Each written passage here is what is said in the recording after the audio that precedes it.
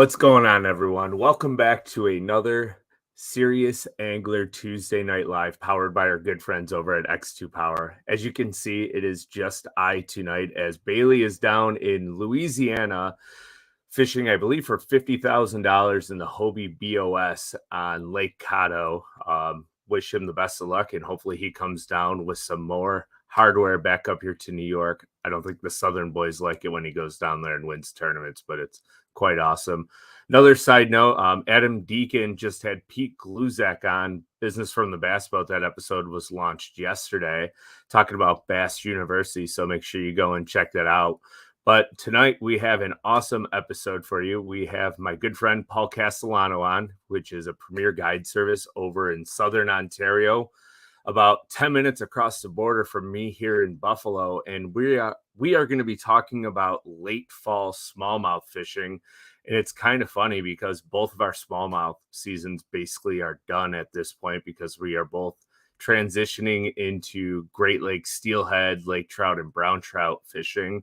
So, but without further ado, let's get Paul on and see what's going on. What's up, man? How you doing? Hey, buddy. How are you? Hey, guys. How's everyone doing? Yeah, good. So, last day of bass fishing for you today, as we were talking offline. How do you feel about that?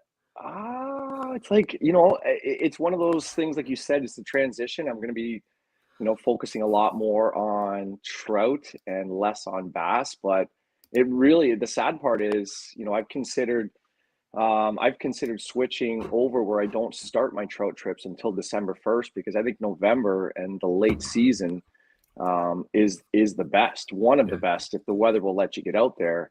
Like our water today, Andrew, was 40 or 54. Yeah. And it's still pretty warm. Yeah. Right. And some of the best smallmouth fishing that I've experienced is when that water gets into that like upper to lower 40s. Yeah. That's my absolute favorite time, is like 48, like 45 to 48, I feel like is absolutely magical, especially on the bigger lake over here, Lake Erie. It's just, I agree. They start grouping up so tight, and you can catch them literally by like the hundreds some days. So it's quite sad that we're coming like into it's the exciting heart of too. Gale. Yeah. It's been a great season. Right. There's been a lot of highs and lows throughout the year with like where they move and how to catch them, and the ones you land, the ones you lose. So I no complaints. Yeah. Do you feel like with all the new technology and sonar, like Mega Live, for instance, is changing the way fish react and act on the bottom? Well, I'm pretty late to the party. Like I still don't have any form of live. I've used it in other friends' boats. I've used it ice fishing, so I see the potential of it.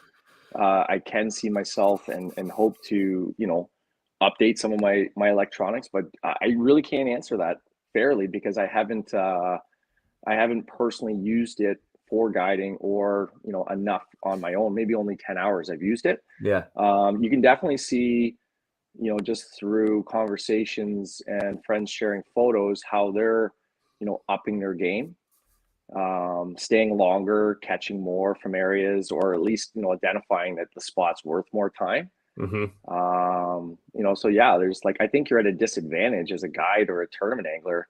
If you can afford it, you're at a disadvantage if you don't have it. Yeah. And I agree completely. As soon as I got it on my new boat, we had this conversation, it completely changed the way that I target smallmouth, like out on Lake Erie. It's crazy. Like I pull up to like random boulders that I had marked that when I would scan with like 2D and down imaging, and I can throw a cast in there. And on 2D, you won't see it until like it's too late. You throw it in there on Mega Live, and you'll see that smallmouth or whatever's there come out and look at your bait and never see it on 2D. I'm excited. Crazy. Yeah, I'm excited. Like you mentioned bottom related fish, but like the whole suspended, fish that's chasing, bait fish, like that's what really intrigues me about the live sonars. Yeah, it's a crazy story real fast. I was fishing a tournament last September with Destin to Marry, and we're on his boat, and he had the Garmin unit, and we're fishing a super deep spot that I've caught fish on rock piles in like 55 foot of water on Erie. And all of a sudden I look on live and there's a smallmouth literally 3 foot underneath the Oh, trolling wow. motor for no Huh. reason. So I literally dropped my drop shot down and it chased it all the way to the bottom and ate it. And it was like a Wow. 4.5 pounder.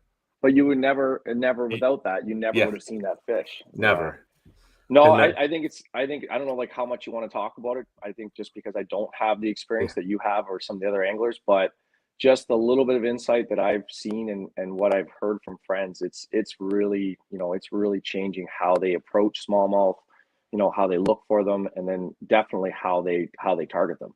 yeah, I agree. So, but we're gonna digress here and kind of move actually into the show topic now, right? And Sure. since you're new to the show, Paul, one thing that our viewers like to hear is the story of you and how you started fishing. So, kind of Yeah. jump back into the past. Who got you Oof, into way back. fishing? Maybe remember the first species of fish you got Yeah. and how it changed your life forever. Okay. Well, for those that don't know, my family has always been heavily involved in fishing, so I was very fortunate that way. Growing up, my dad was really into steelhead fishing and walleye fishing. So those were my earliest memories where, I've got photos and vivid memories of like, 3, 4 years old tying row bags and, trying to go fishing with him when I could. And he always made time to take me fishing. But it really started for me, you know, somewhere around, I would say 6 or 7. My dad started doing competitive bass and walleye tournaments. So we would do the shore trout fishing stuff and a little bit of trolling for trout. But then I was able to start pre-fishing with them at a young age. So I was learning all these, how to drive a boat and, how to use electronics at a very young age and how to try to eliminate water and find productive water and, experiment with different lures. So it's really been going on since the age of 3, 4 years old. My dad was not a fishing guide and he wasn't a full-time tournament angler. He was a real estate agent, but always made time to take me. And I have an older brother, 11 years older than me. So those are my memories of my father and my brother taking me. The first fish, my dad tells me the first fish that really messed me up is he brought me to a trout pond and I caught a carp. And it was a bigger fish. Yeah, and I Oops. was like, yeah, and I was 4 years old. No, but I've always had a passion for carp. So, Yeah.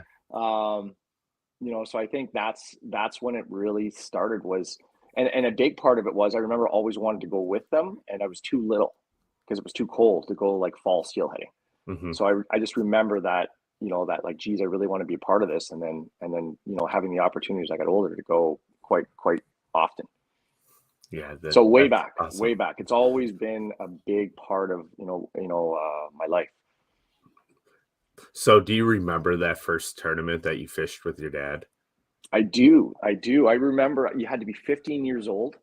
And my dad, I'll back up just a bit. He told me like at age 8 years old, he said, Paul, if you're going to fish tournaments with me, you have to learn to cast. And he would make me cast in the house in the winter or in the summer for 30 minutes a day. And they had this old school cabinet with like record slots, 3 on this side, 3 on that side. And I used to have to cast into each slot, right? Walk around and cast. So it started then. And then at age 15, I pre-fished with them up till then. We did our first tournament on Long Point Bay, which is a part of Lake Erie, right? And we actually cashed a check, and I still have the plaque to this day. And that's really like from the age of 15 to probably 25. I was pretty into it. Like I was really like they're all small tournaments, local stuff, club tournaments, that kind of stuff. But it was great. It was like kind of the foundation, so to speak, like this pre-fishing and learning to look for fish and eliminating water of what I do now full time Yeah. guiding. Yeah. So, how did you turn from just like a passionate angler into a guide? So, if you want Oh to go man. into that story a little bit. Yeah, sure, of course. I was 17 years old, and I got a guy named Denny Leeson, who's no longer here, but he was a very accomplished, Ontario Canadian tournament angler. Father and son team, Denny and Bruce Leeson. They won all kinds of tournaments. Mhm. But he got me a job at Kasagami Lodge when I was 17 years old, and I actually flew out there, and I was up there for 3.5 months. But I was a dockhand. They wouldn't let me guide. I was too young. But Denny, so I was doing everything, the boats, the planes, and I got to fish quite a bit. But on my there was a couple of occasions where Denny had taken me out with him to shadow him on guide trips. So at 17, I got my first taste of a day on the guide boat, and that's when I knew I was like, geez, this is something that I really love, and I'd love to do it more, but I never thought that it would be a full-time thing. I thought this would be really cool if I could do this once in a while or on weekends. So it started from working that summer at Kasagami Lodge.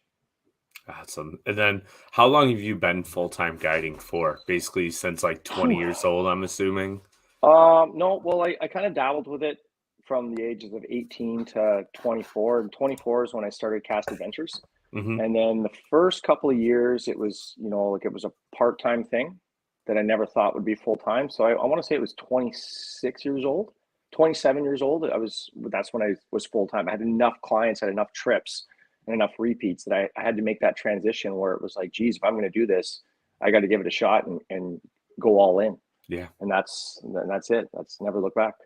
And now how many years are you into being a full-time guide? Well, I'm 45 now. So 20, almost 20. Almost 20 years. Yeah, I started Cast Adventures at 24 years old. So, highs and lows. It's not I wouldn't say it's the most it's the easiest way to make a living or to support your family, but I wouldn't change it for anything. Hey, if you're happy doing what you do, you're not really working, right? So, I am. And then you get some pretty awesome people to come on your boat and I do. test products out, and that's awesome. I do. Over the years, like they become friends, right? And there's people that have been coming out with me. There's families they've been coming out with me for 18 years, 20 years, 17 years, right? So, and then there's lots of yesterday I had a couple from Alberta that I'd never met, and it was fantastic, right? So it's a mix of repeats and then new people. Yeah. So that's what it's all about, right? Like, as you know, as all of our listeners here know, I started full-time guiding like a year ago, and I'm glad I don't have to compete against you really in like the guide business market. So it's not even like that though. I know. I'm just saying. It's not. It's not even like that. I think there's if you're good at what you do and you work hard and you're honest with people up front and they recognize that, that it's going to fall into place. Like, I don't think it's a marketing thing. I don't think it's a lot of it's word of mouth and, repeat clients kind of speak for themselves. But as far as like trying to outmarket the other guy, then that's something I don't really. Oh, I wasn't saying like outmarket. I just don't want to share water with you because I know you're going to catch them all. You guys, you seem to do just okay. I will say this: it's a very humbling career. Oh, too. You can't think you're on top of things all the time because that's usually when they move. Yeah. Or something changes or the wind's different. So I've learned to, that slice of humble pie is always there. Yeah. But you know what? A lot of the clients will say a bad day on the water is still better than a good day at work. So absolutely, there's always a happy ending, right? So absolutely. Well, let's jump into what everyone here tuning in wants to hear about, and that's late fall smallmouth fishing on the Great Lakes. And we're not pinpointing one singular lake; it's just general Great Lake talk. So, when we're targeting these late fall smallmouth, we're like November going into December, so late fall, almost winter time. Where do you start to look for these fish, Paul?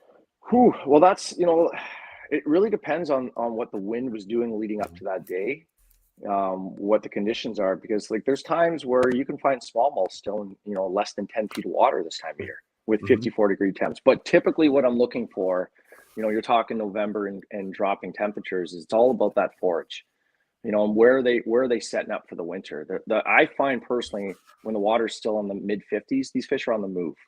They're in areas, some are setting up where they're going to be, but there's fish that were here today, gone tomorrow. And I do find in the Great Lakes, there's one thing that I've learned over the years through people sharing information with me and just my own experiences. There's so much to do with current. The Great Lakes, I'm sure a lot of you know this, but for those that don't, there's so much current that, and I'm not talking Niagara River, I'm talking like out in the lake, like everything is draining. Everything is going in that direction. And I find that the bait fish will relate to that current. And also in some of the areas, the smallmouth will set up and just wait for that bait to come to them. So where do I look? Well, there's a point where the fish seem to move from that really hard bottom rock. And they love that and they'll use that, but they start to slide onto those transitions. They start to slide onto those mud and those sand transitions. So, the last time I was on Erie, which was last week, We checked out some sandy bottom areas, but it was still all about the hard bottom, like the hard rocky bottoms. But the similarities with the areas that had fish, there was bait fish present, and the fish were like putting on the feed, and not just like, I'm assuming emerald shiners is what I was seeing on my graph, but there's gobies, and there's emeralds, and there's crayfish that they were all relating to. But it seems like my hunt usually is, where are those fish that are really targeting those, those shiners, or those spot tails, or those alewives, right? Or the baby gizzard shads. Those are the ones, because when you find those, like they like to snap, they like to eat, but they're not like, without live. A lot of times I'm finding bait and I'm guessing. I see fish on the 2D, or on the down imaging or on the side imaging, and then I'm kind of fishing those areas. So I'm fishing traditionally, that water that's anywhere from like 25 to 45. I know there's fish deeper, but I personally don't like to fish too deep if I don't have to, because I've had some like misfortunes with fish deeper than 50 feet of water where they just don't do well. They don't seem to like it. So the last time I was on Erie, our best bite, we found fish in 27, we found fish in 33, but that 40 to 45 foot zone that had, it was a hard bottom that went into a mud transition. There were so many fish, and they were coming. You could tell, like you wouldn't see them, and then you'd have like a half an hour later, you'd have like a wicked flurry. So you could tell that the fish were, and again, the spot had current. It was like a main lake point. It had current. So these fish were, I don't know if they were just following bait there, or they were headed to a place where they're setting up next to feed. But that's typically what I look for. I look for bait fish on my graph. I look for those transitions, and I will switch over to that softer bottom when it gets colder. But for the most part, like, I'm looking for those transitions, and I'm exploring on top of the hard stuff still. Yeah, and I personally experience, like, I agree completely. It's kind of crazy. Like, I've been out in that same time frame on Erie now that I'm like steelhead guiding, it seems, every day. But I was actually finding fish with perch on like the sandy mudline transitions. But the key is the same thing. There had to be bait present, because they were chasing like something.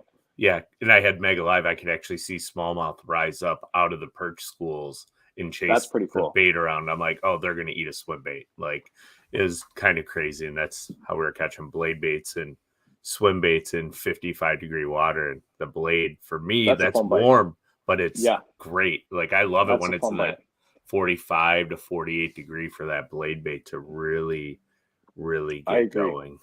I agree. I think the cool thing about the Great Lakes is there's not just one pattern. Like, there's so many different things that an angler can do. Like, you can do that, those fish that are chasing the perch. Like, you could force a shallow bite with jerk bait still. Like, you can throw crankbait still. Like, if you want to fish drop shots in 50 feet, you can. You want to rip spoons or blade baits, you can. So that's the cool thing, is kind of, sometimes it's nice to fish outside of your comfort.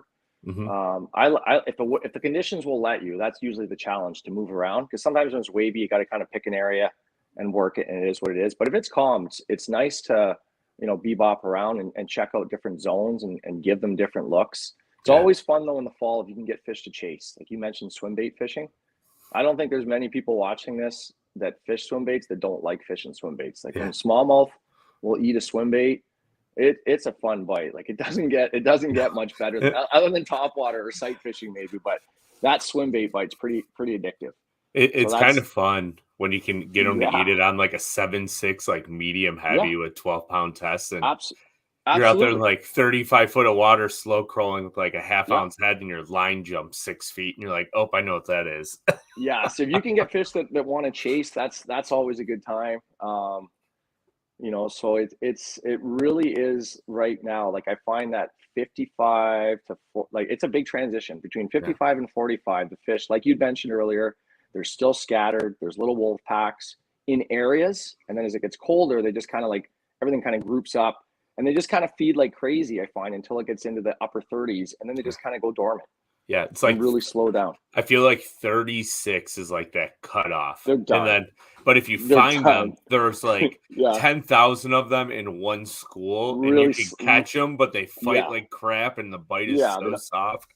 I don't do well in the low. I've caught them in the low 30s, like you mentioned there, but I find like once it gets around 38, like I will target them, and Yeah. I've caught them, but it's a much slower. It's got to be the right condition. It helps if it's sunny. It helps if you could stay on top of them. Yeah. They take a little longer to bite. Sunny, calm, no Yeah, wind. yeah, Like this, that's a great opportunity. Never happens in November, but that's great yeah, if you get or it. December. Like never. Yeah. But so what do you find for them to start tightening up in that fall, like late fall transition? What do you find is the magic water temp? For me, it's that Yeah. 40. Really, again, you mentioned it. It's somewhere between 46 and 44.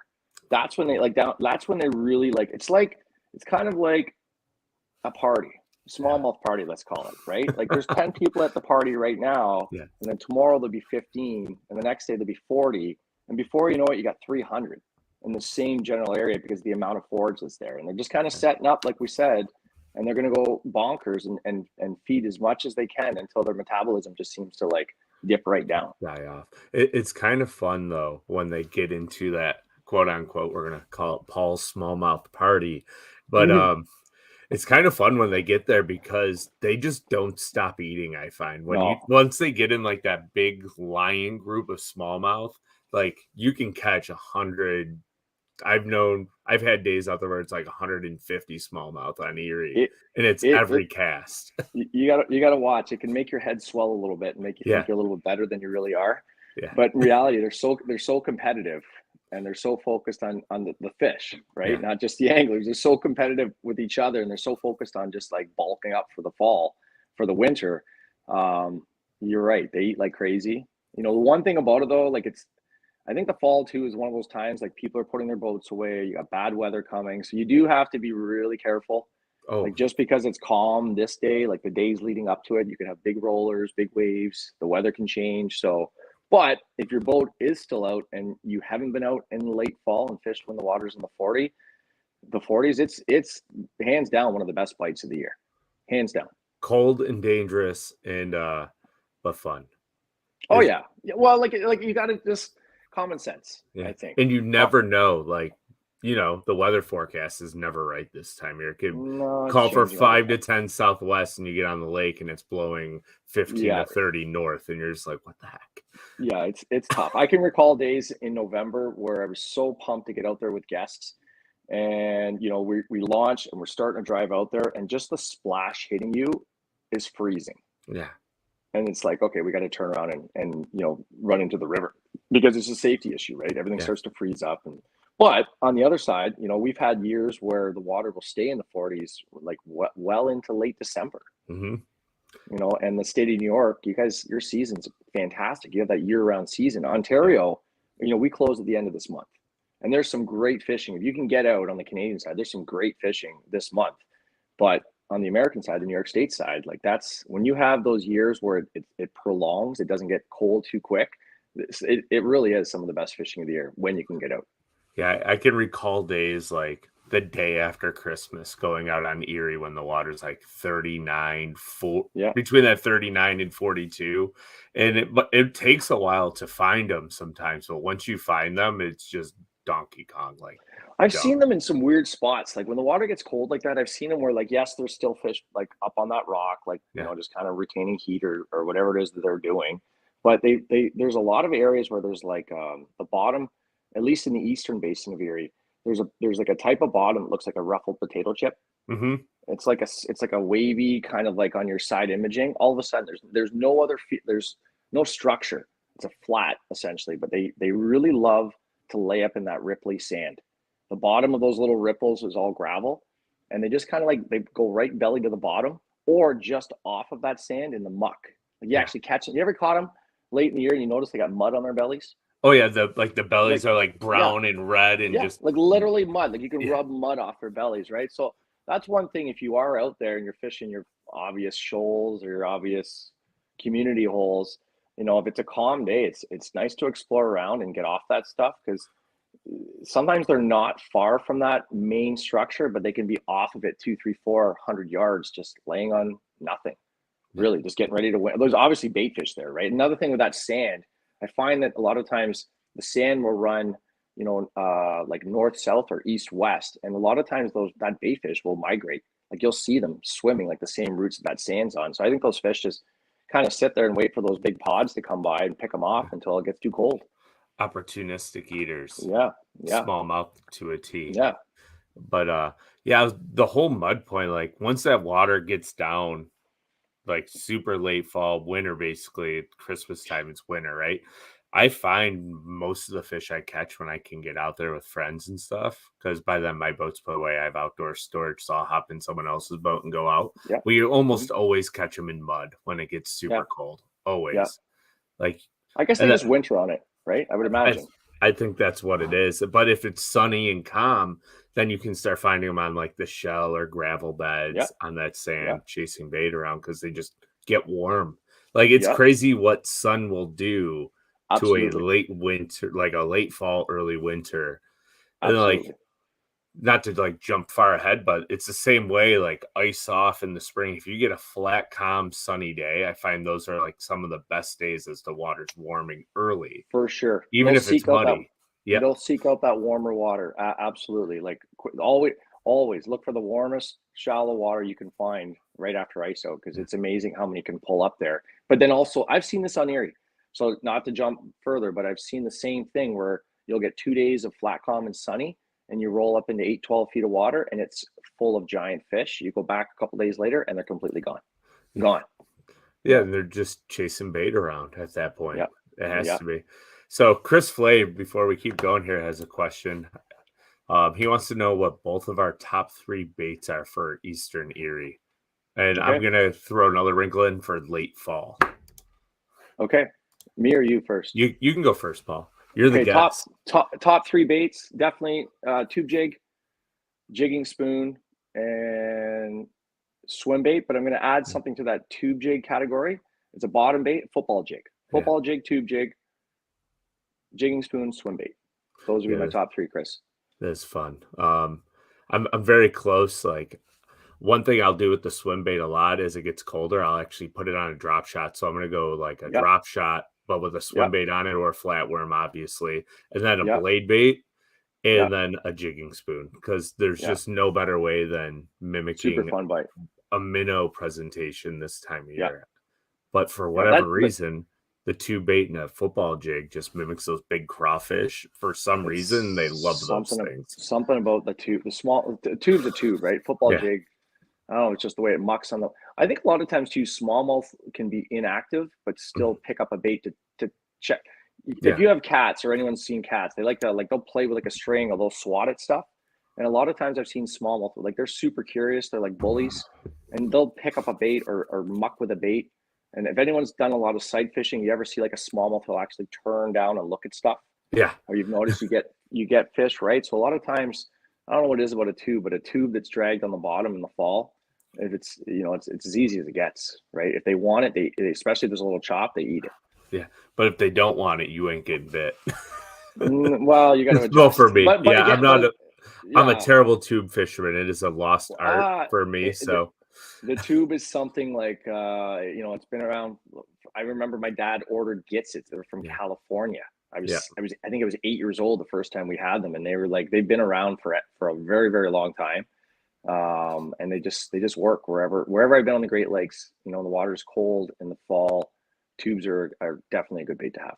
Yeah. And you've had experience on quite a few of the Great Lakes at this point. You went out and fished Sturgeon Bay open, right? Yep. This past spring. So that's pretty cool too, which is a completely different time of year, but it was a beautiful place. I was fortunate. I got to fish with, his name's Spencer Sampolsky. He's a full-time fishing guide in that area. So it was a huge advantage for me just to jump in, his boat and basically take me to the fish, Spencer. But different fishery. It was more of a shallow thing. We didn't fish deep much, but it seemed like when we did fish deep, it's like a walleye thing as opposed to a smallmouth thing. At least for us it was. So I'm sure somebody's got a deep thing figured out, but it seemed like most of the guys, maybe because of the time of year and the water being so cold, that most of the guys were fishing less than 15 feet of water. Oh, that's kind of that's cool. Yeah, I would have never thought that, honestly. No, it's different. Like it's in my mind, I was like, oh, we're going to be fishing, 25 to 45, and we're going to be doing this, we're going to be doing that, and it was not like that at all. At least like during our practice and during the event. We did not fish deeper than 12 feet. That sounds like my type of fishing. It was great. It was great. It's fun. A lot of fun. So I think we kind of covered this already, but Richard O'Malley wants to know, if the schools are tight to the bottom, are you focusing on certain structure or searching for bait to find the schools? I mean, Richard, I think what I'm doing is I'm constantly trying to adjust, right? So I'm watching my side imaging. If you have it, huge help for structure, bait, and fish once you learn to read it. And I'm always watching. I've got split screen going. I'm always watching my down imaging and my 2D. A lot of times we're dropping on fish that we see. I don't have any of this forward facing sonar or live. So I'm constantly watching my electronics that I do have. And there's a big difference too. If I'm at the front of the boat, I have a setting where I put, the front transducer and the back transducer, because sometimes I'll just be putting along or creeping along the bottom and I'll see fish at the back of the boat and I can flip back to the back. So electronics are really good for picking off stuff. And then I'm just kind of I make short pitches a lot with drop shots or with tubes or with football heads. So a lot of times I'm using my electronics and kind of just picking fish off as I go, really. Yeah, just constantly changing up to see what they want. Yeah. Really, Yeah. to add on to that.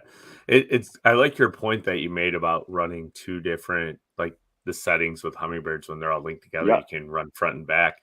I basically do the same thing. I don't have 360 on my boat, so like on my second graph with Mega Live on the one, on my second Helix 12, I'll actually have my GPS moved real small on the left so I can see my waypoints within like a 50-foot parameter.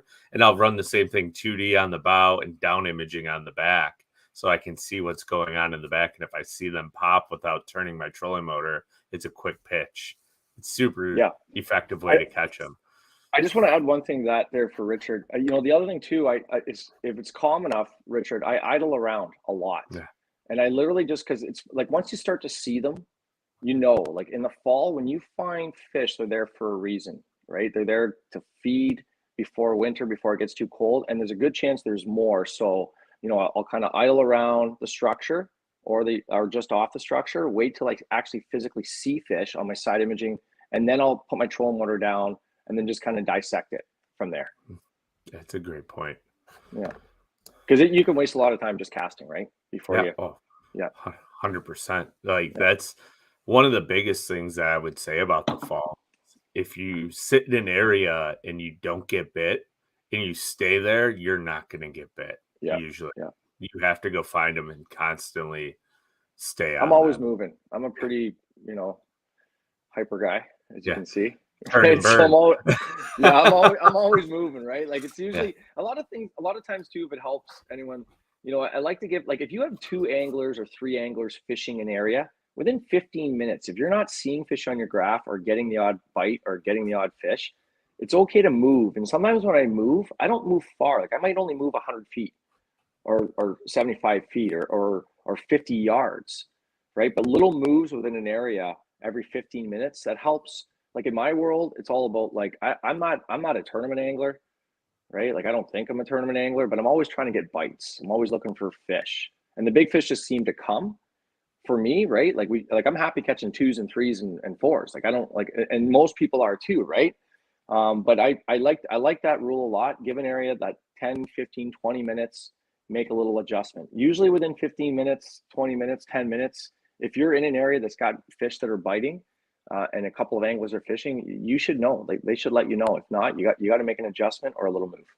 Yeah, and I think that's a great point that you made there as well. Like, you don't have to move very far to find fish, especially this time of year. And that was gonna be the next thing I wanted to talk about. Is like, do you feel that smallmouth as we're getting into like this winter mode, especially on like the eastern end of Great Lake Erie? I find they historically go to the same areas, but they might not be in the same spot, but it'll be generally like that flat off of Main Lake Point.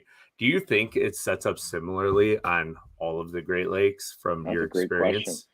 Well, like my experience with, like, I fish Lake Ontario a lot at this end, and Lake Erie a lot.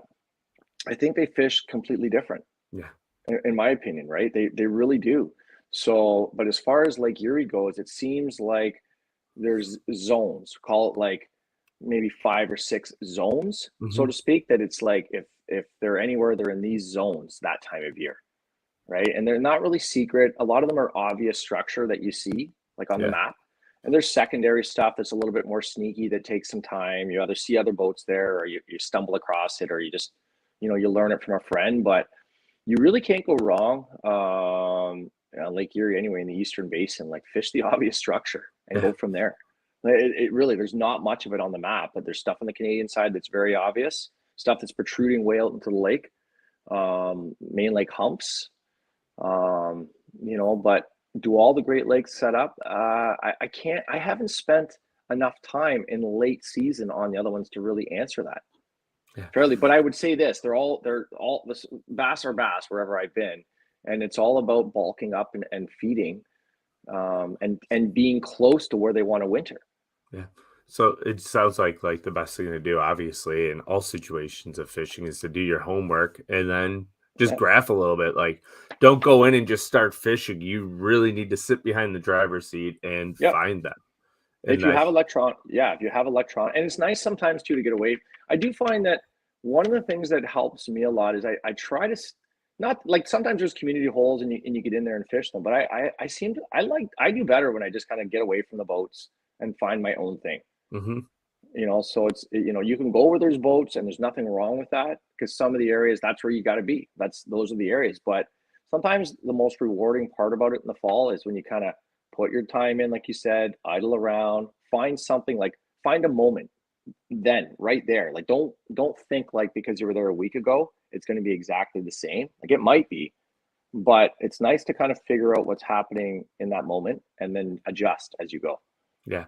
And backing up just a little bit, in that little spot that you have, they could be 15 feet away or 100 feet Yeah, away. If you don't idle, you'll never know it if you're yeah, just spot checking. And like sometimes what I'll do is like if we're fishing like long flats out on the lake, I'll actually at that point, because I'm not a big drift fisherman, I'm a very like honed in spot person type hmm fisherman. Even when I'm hmm guiding, it's the same thing. I'll spot lock in 2 foot waves and fish a very particular spot.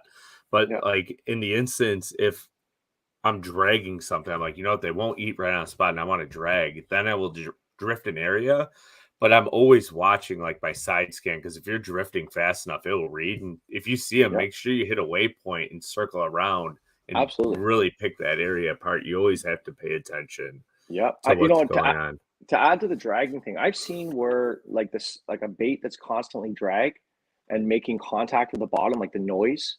It's Yeah. amazing how sound travels underwater. I'm sure a lot of you already know this, but for those that don't, it's unbelievable how much noise your jig head can make hitting hard bottom.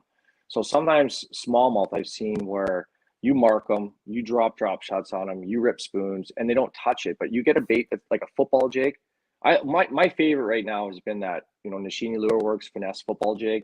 He's got a half-ounce model, a 3/8, and a 3/4 ounce, and I tip that with a Yamamoto single tail or double tail 4-inch grub. That thing is magic. That Hmm. tail starts swirling like this, and the bait's hitting the bottom, making contact. But that Kind of constant, wobbling yeah, and that bobbing. constant speed of dragging. I think they follow it sometimes for a while, and you open your bail, it stops the bait, you close your bail, it starts to move again, you give it a pop. That dragging in the fall, with a drift sock or even just your trolling motor, but there's something about a certain speed, like figuring out what speed your bait has to drag, that can turn fish that aren't looking to bite stationary baits, like you said, or casting baits. Sometimes the drag or the using your trolling motor to create that speed is like everything.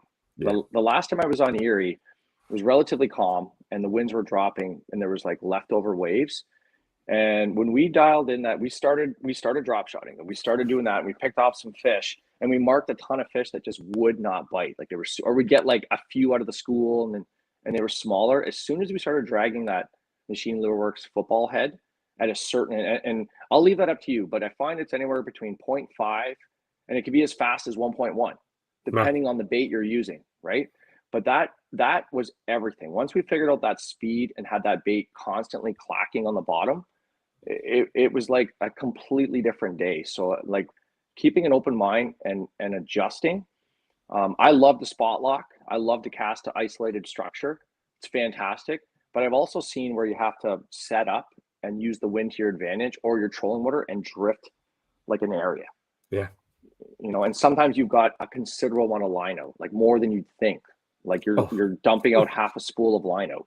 Oh, that's the worst. Yeah. And when you open that spool and it's like 150 feet away, it's like 350 feet away because you're on the drag, and you go to close it, and all of a sudden you're like, oh gosh, it's heavy because they hate it when you stop.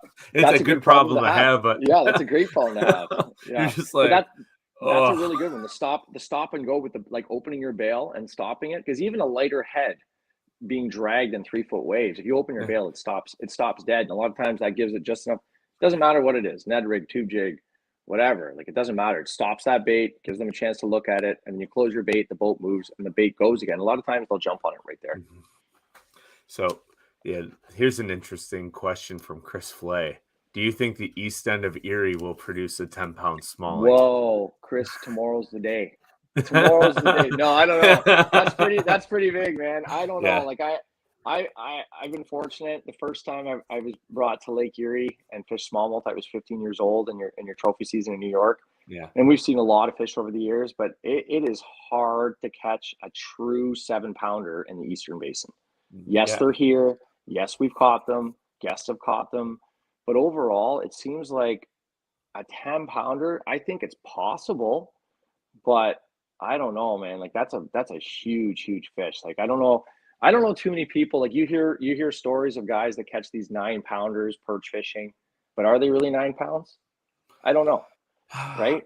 My biggest, like I think it's possible. Of course it's possible because a 10-pounder came from Lake Erie, but I don't know. It just seems like there's lakes that just produce bigger year classes than the Eastern Basin. Like there's 6-pounders and there's 7-pounders, and heck, there's probably 8-pounders, kicking around, but you don't see many fish over 7 pounds.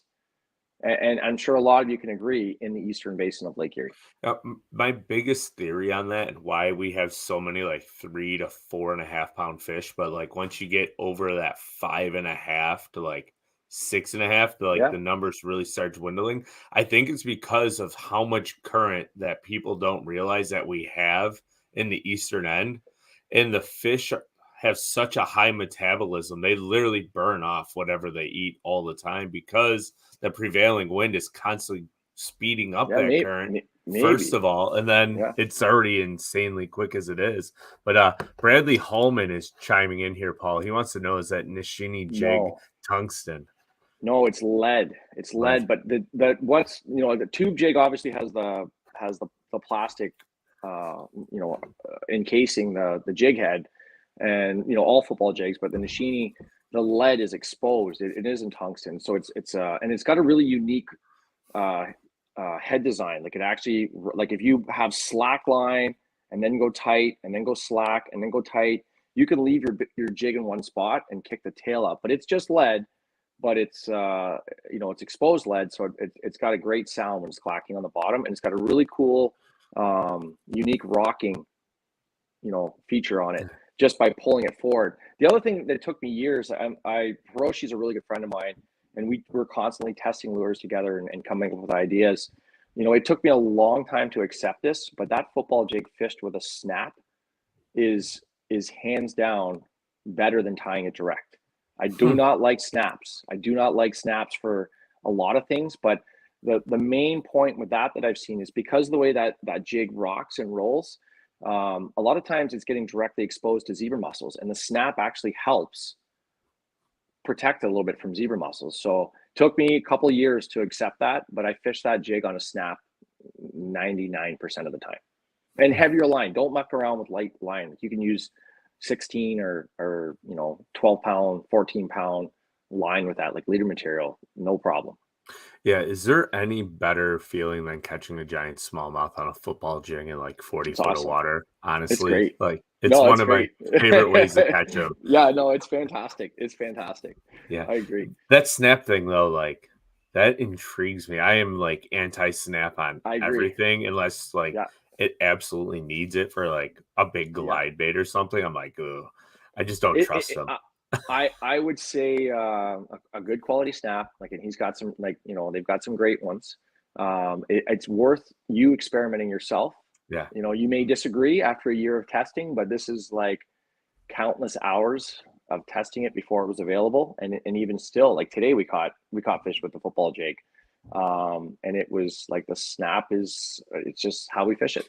I wonder too, like if that snap is what allows it to have that true secondary action of when you pop it, if like that's what's I helping don't it kind know. of rock and list a little bit Yeah, more. I don't know. Like I just lose less of them. They're expensive little buggers, right? Yeah. Like you're kind of selective where you throw them Yeah. because they do snag, right? But it's something that I would say it's worth experimenting. I'm thinking the same. I thought the same thing. A lot of you are probably thinking by listening to this, but it's definitely a bait that with the snaps seems to improve my catch rate. Yeah. Yeah. He's chiming. He's chiming in here in the comments. Yes. Hi, Hiroshi. That's He's really right. fun. Yeah. Oh man, it's wild. So Adam Knopp has a question for you here. Paul, do you use the Nishini smelt heads for smallmouth, or do you mostly use them float fishing for steelhead? No, it's one of my two go-tos in the fall are that finesse football jig and the smelt head Yeah. for smallmouth. So no, it's not something I use. I use the 5/8 and the 3/7. He's got unique sizes, right? But the 5/8 is the heavier model that he has, the current heavier model that he has. And it's great because I can fish it as deep as 45 feet, cast it out like a long cast, let it sink. I close my bail, let it sink on a tight line, hit the bottom. You see your line go slack, and I just roll it home, right? I like to fish it through the column. I get about halfway, I kill it, let it go back down, and then I wind it again. And then the other way is I'll fish it on the bottom. So I'll make a super long cast and just kind of keep it so it's just ticking bottom. And in times we drag it, but no, it's the Nishini smelt head is fantastic, both the 4/0 and 2/0.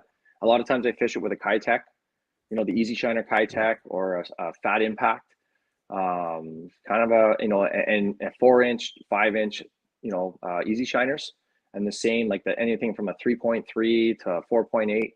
A lot of times those are like my go-tos for really, and a lot of my guests, their biggest smallmouth they've ever caught or the biggest smallmouth of the year is on that smelt head.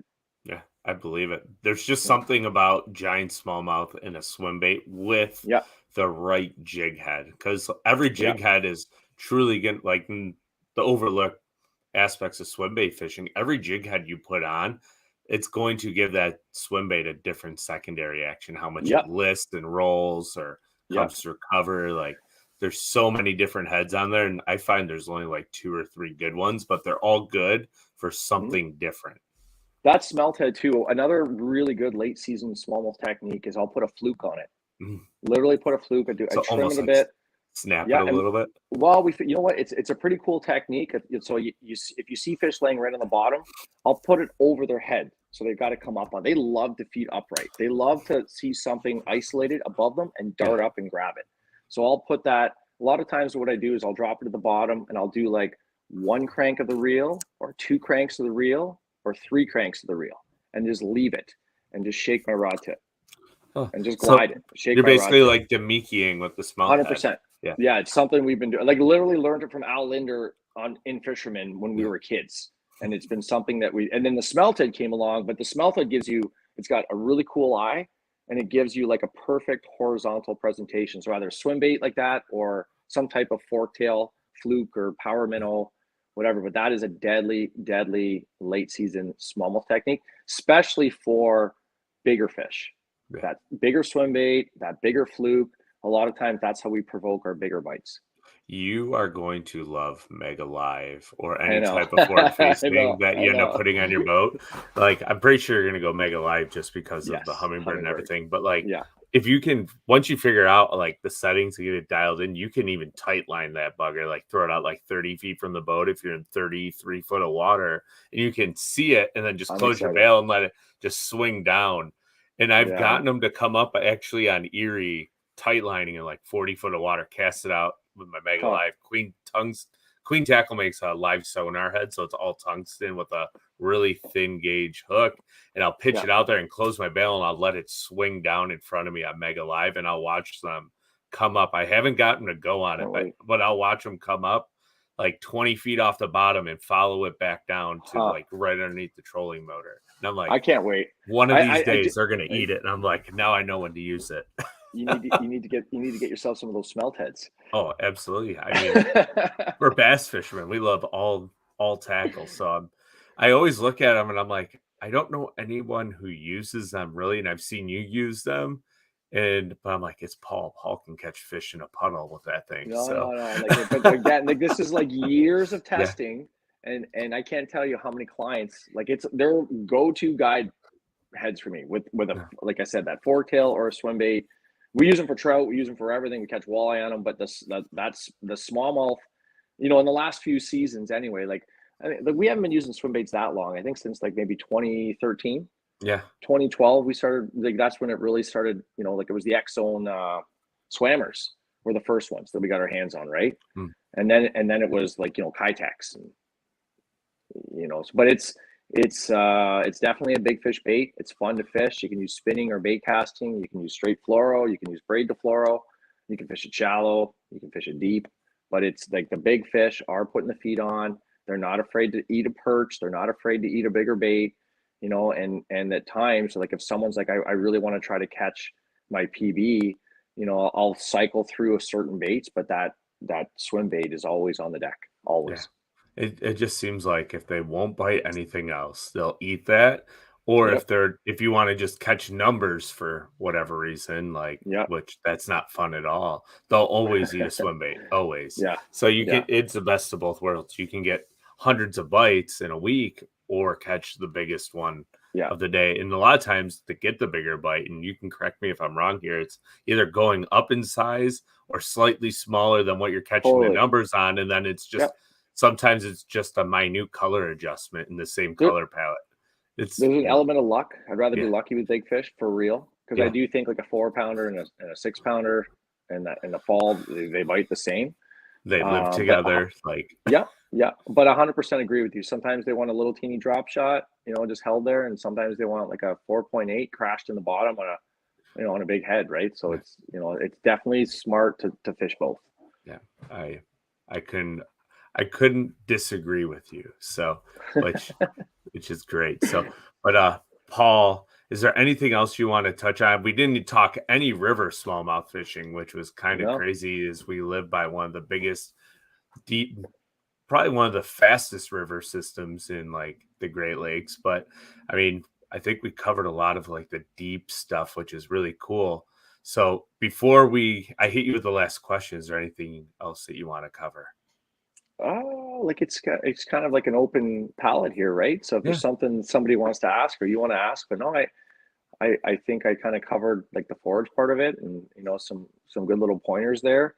We could talk for 3 hours, 4 hours for sure, easily, right? So let me ask you this one: if somebody wants to book a trip, if they're in over in Ontario, Niagara Falls, Ontario area, how do they get a hold of you? You don't have to put your number in here. I'm linking all of your stuff below in the description of this, but how does somebody get a hold of you, or where can they find you? Just so you can find me at castadventures.ca or castadventures.com. All my information's there. My email is probably the best.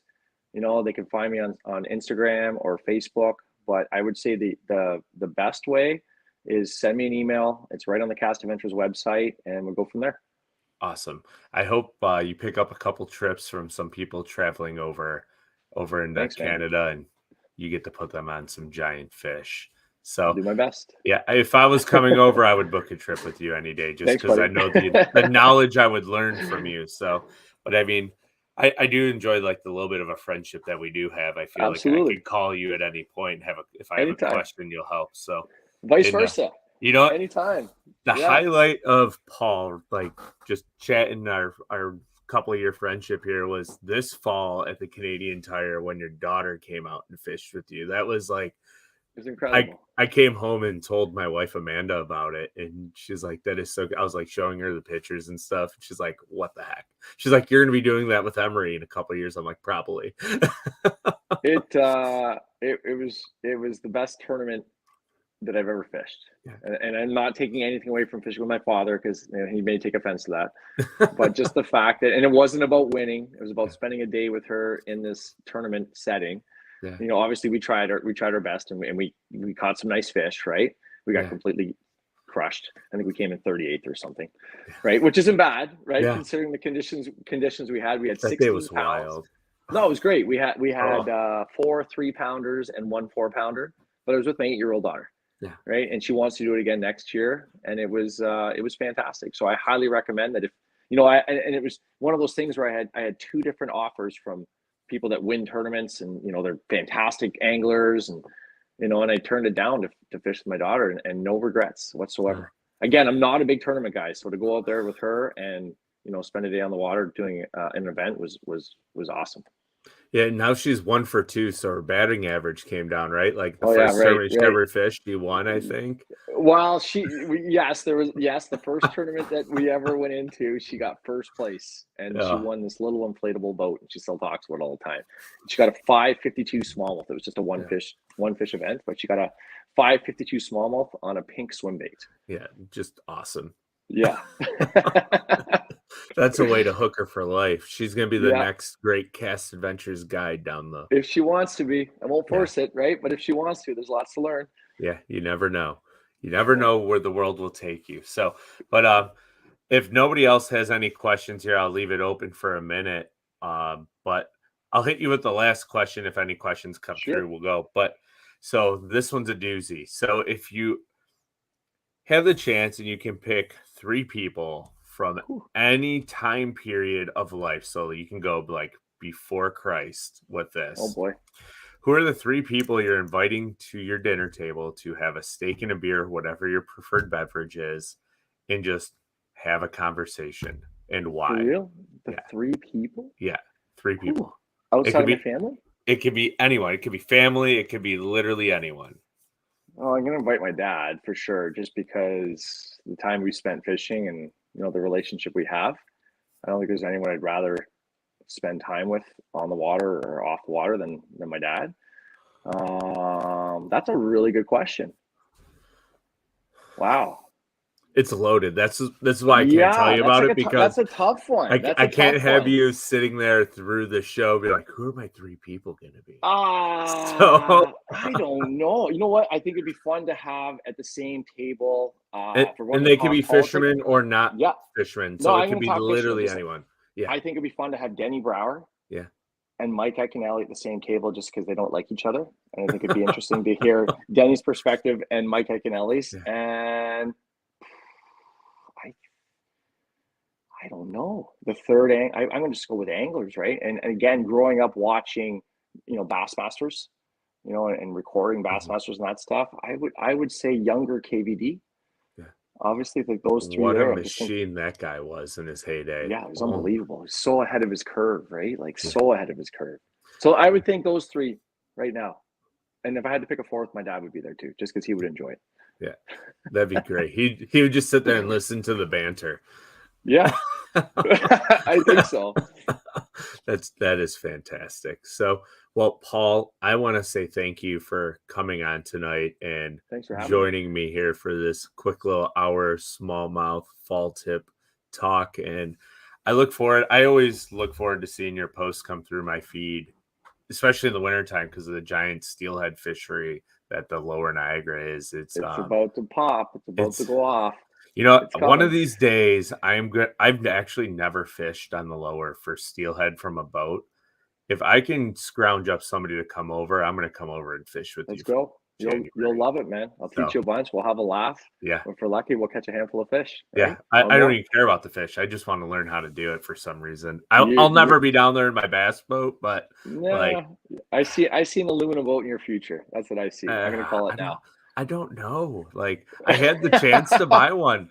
I did. I legit had a chance to buy one, and I was like, nah, I'm getting a fiberglass bass. I'm going to call it now. Give him 3 years. 3 years. Yeah.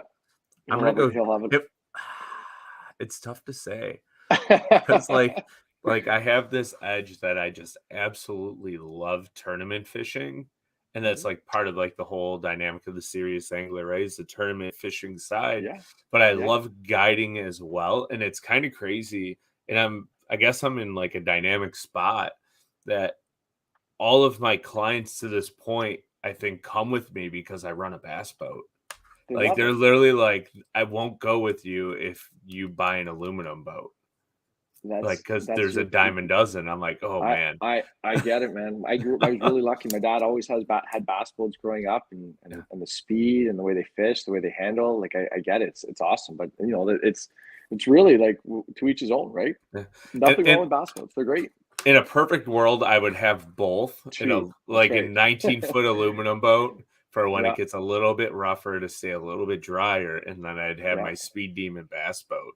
And before I bought the big one, when I started having issues with the Triton, I actually thought, I was like, when I get this boat paid off, I might just buy an aluminum boat because I can have both. But I'm like, I don't have any room for it at this moment in my life, so that would have been a really dumb bank proposition. You got lots of time. Yeah, so we'll see. 10 years, maybe 10 years, I'll have an aluminum boat. So, but if I'm buying a glass boat, it's going to be a bass boat. I won't buy a deep feed glass. It does the same thing my bass boat does, and I can't fish it in the winter.